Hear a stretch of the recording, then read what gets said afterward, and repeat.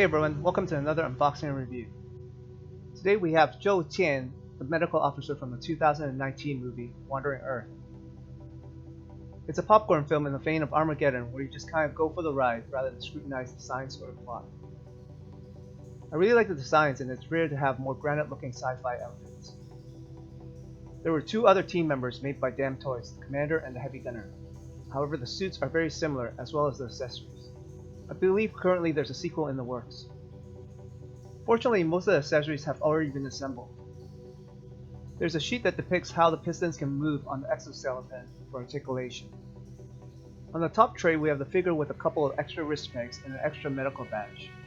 There's a tiny camera light mount that is loose in the box, which you will need to attach separately. The dome helmet is also included in the corner. In the second tray we have the sidearm pistol and rifle, two extra hands, and a crotch grabber stand with a snow-covered base. Here's all the accessories out of the box. It doesn't look like a lot, but the rest of the tiny pouches and adrenaline canisters have all been attached already in the factory. In fact, there's a sticker on the box with a QC check, so it's reassuring that the product has been given at least a look over before being sealed and sent out. Here's a quick scan of the instruction sheet. The pistons can fall out if they are pulled out too much, so you'll have to reinsert to attach. This diagram shows pretty well where all of them are. Apparently, there are 130 individual parts for the exoskeleton.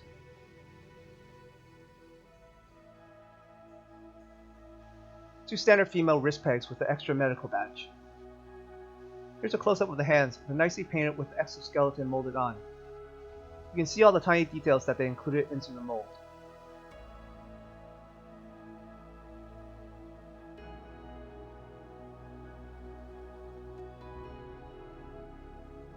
Left thumb looks a bit funky on this one. I think they did it so that it can lay flat on the side of the rifle.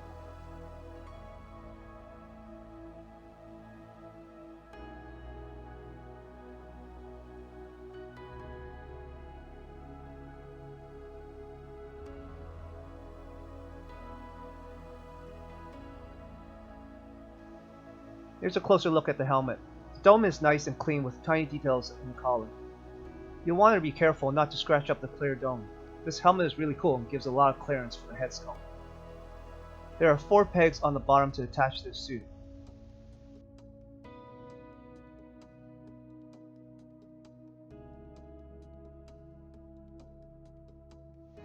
Here's a close-up of the head cam.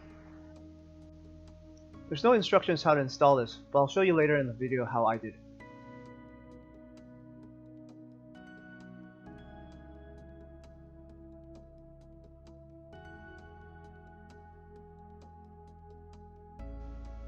Here's the pistol.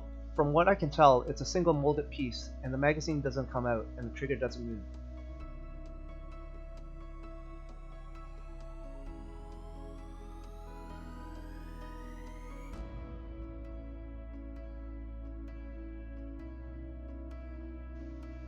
There's a few moving parts on the rifle. The top sight can slide back and forth, and the magazine can be removed. There's also a loose clip on the side, but I never found out where it attaches to.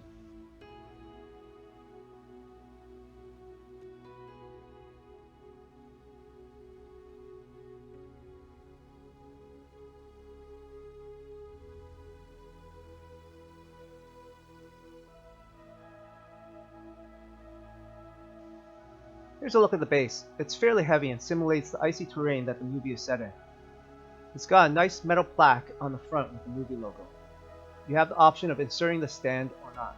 There's a piece that covers up the hole if you decide not to. It falls out and reinserts fairly easy.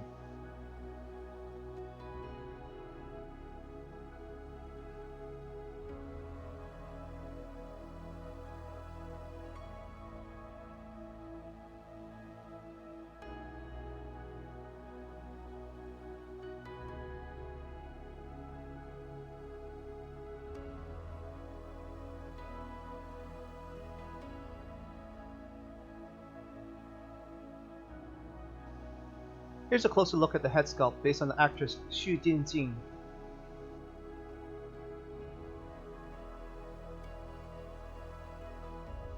I think the sculpt was done very well and I can see the likeness. Let me know what you think in the comments below.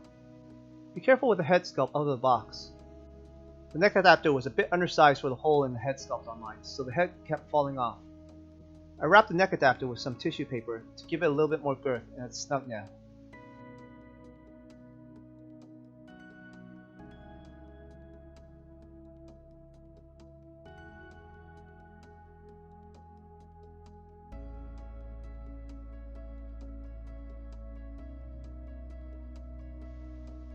The earpiece can be removed. Here's a picture so you can see better. It's just pegged into a hole in the air. The pegs from the helmet insert into corresponding holes in the collar. Once you line it up correctly, it fits snugly.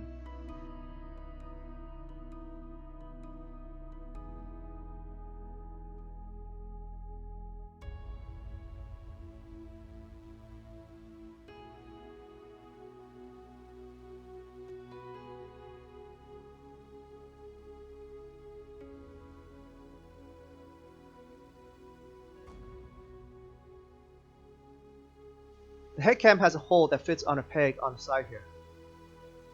It's a loose fit, so I put a super small piece of blue tack inside so it doesn't fall out whenever I move the figure.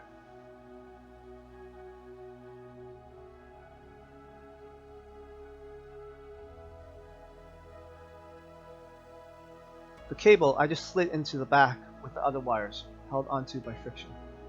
I didn't notice any other obvious place to insert it. Here's everything attached.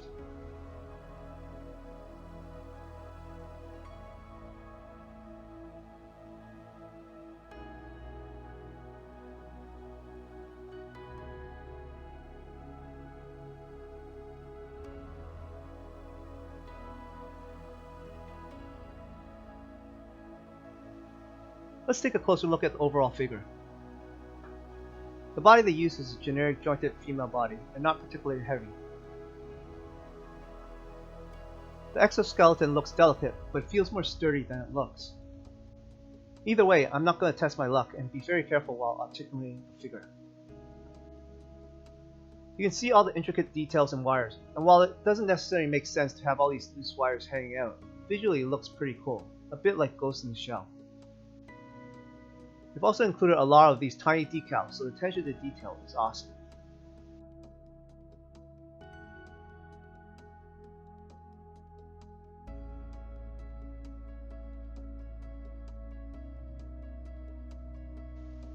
There are Velcro straps for the wrists.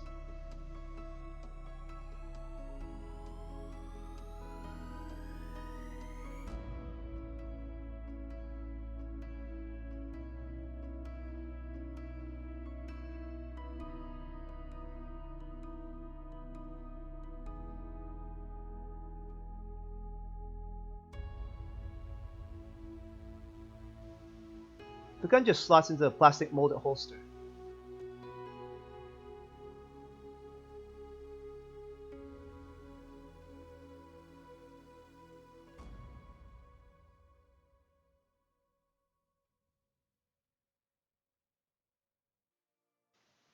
The boots are one piece, so there isn't any ankle articulation. However, they're pretty big, so the figure balances okay by itself. Nevertheless, I'm going to use the stand just in case.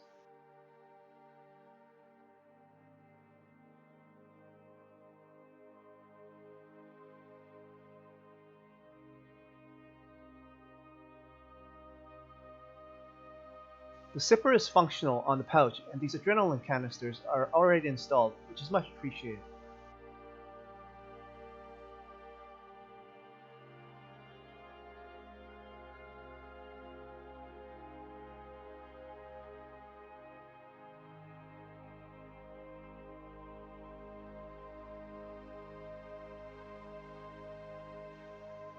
Here's a look at how the pistons work. They can slide in and out as you articulate the figure.